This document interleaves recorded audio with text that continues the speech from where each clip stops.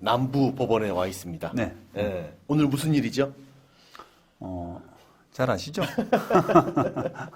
오늘 우리 또 양한 씨, 네. 그 건물 철거, 퇴거 네. 사건의 항소심 네. 재판이 열려서 네. 오늘 왔는데 지난번 그 재판 이제 그 요약을 좀 해드리면 네. 지난번 한참 전에 이제 변론이 종결되고 네. 관련 사건을 좀 보기 위해서 좀 추정된 상태였는데 그 사이에 또 뭐 그 기준금리 이런 부분들이 많이 올라가지고 네. 우리가 청구 취지를 새로 감정을 하고 네. 또 청구 취지를 그 증액하고 네. 하는 그런 있었지 않습니까? 네. 과정이. 네, 그래서 그런 이제 그 과정 끝에 재판이 뭐 아직은 관련 사건이 그 선고가 아직 안 됐기 안 때문에 났습니다. 예. 가정법원이 아직 안 났죠. 그렇죠. 네. 이 사건이 날짜를 잡혀서 왜 그럴까 궁금하다라고 했더니 이 사건도 알고 보니까 판사님이 바뀌었어요. 그래서 변론이 재개된 거군요. 6개월 만에. 네, 변론 종결할 때 그 판사님이 선고를 하도록 법에는 이제 그렇게 돼 있습니다. 그런데 이제 변론 종결한 이후에 인사이동이 있어서 그 판사님이 다른 데로 가버려서 지금 판사님은 선고를 할 수 없는 상태가 된 거죠. 그러니까 변론 재개를 일단 해서 선고 날짜를 잡았고요. 그렇게 해서 오늘 재판이 열렸는데 어쨌든 결론적으로 이야기하면 다시 추정된 거죠. 추정.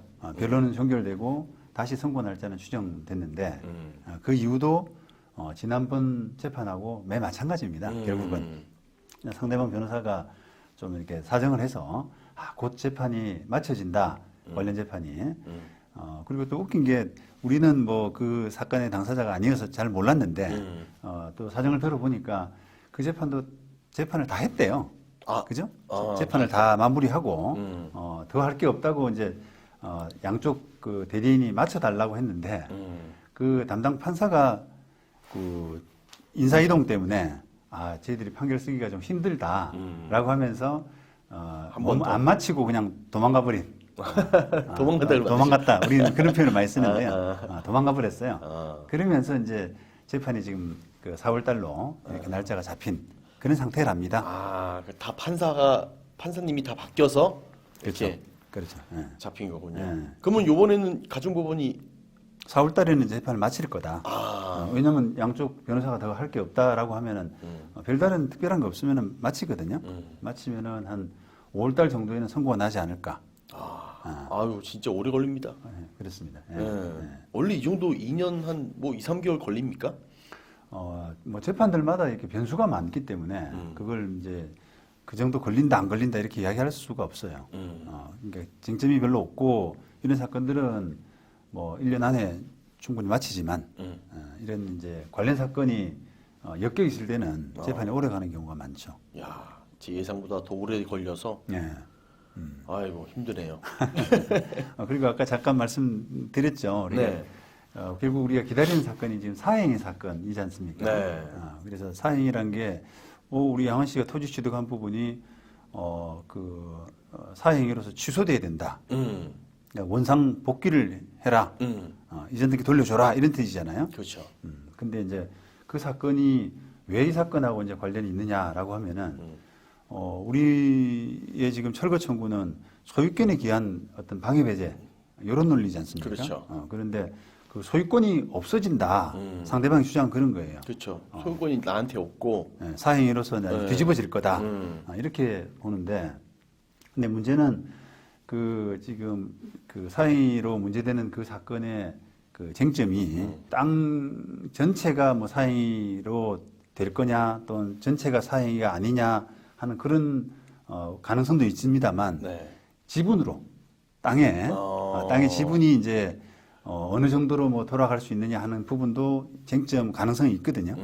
만약에 그 사행이 다라고 나왔을 때 우리 그 송모 씨 땅이 재산 분할이 반이 됐다.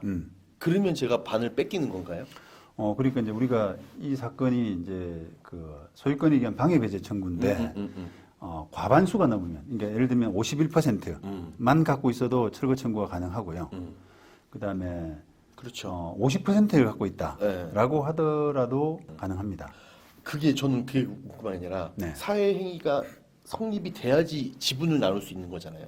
그렇죠. 이제 사회행위가 아니면 아예 사회행위가 아니다라고 하면 그러니까요. 그거는 이제 네. 더 말할 여지는 없는 거고 네. 사회행위인데 그 재산의 그 회복을 재산 뺏기는 부분을 50%를 돌려줘라 이런 식으로 놨다라고 하면은 우리가 50%만 가지고도 철거가 가능하냐라고 하면은 가능하다라고 보여집니다. 근데 만약에 이제 49%를 가지고 51%를 뺏겼다라고 하게 되면은 조금 미지수긴 하죠. 그게. 그래서 근데 그럴 일이 없잖아요.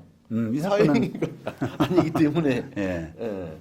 스스로 좀 다짐하고 있는 것 같아요. 근데 사행이 날 구석이 있나요? 만약에 뭐 없죠. 뭐 사실은 이게 사행이라는 게 사실 그 어떤 채무자의 재산 처분 이런 부분에 좀 적극 관여해서 그런 알고 이제 취득한 그런 경우가 돼야 되는데 우리는 정당하게 공인중개사 통해서 계약하고 그렇죠. 또 상대방 변호사도 그 관여를 해가지고 정당한 거래로 생각하고 취득했으니까 사행위하고는 관련이 없는 사건이긴 합니다. 그러면 만약에 사행이 나가지고 이 재산 분할로 인해서 토지를 제대로 활용 못하는 사람도 있겠네요.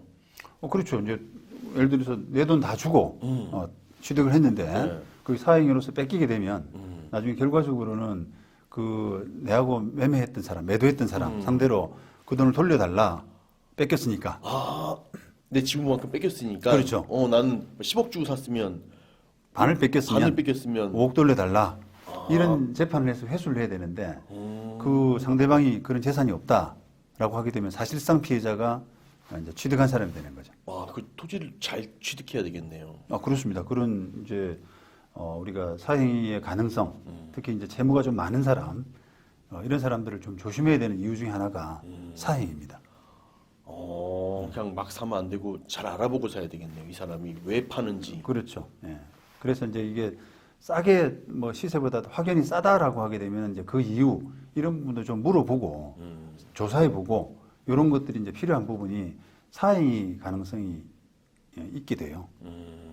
막 채무에 몰리다 보면은 급하게 싸게 막 넘기는 경우가 있잖아요. 그렇죠.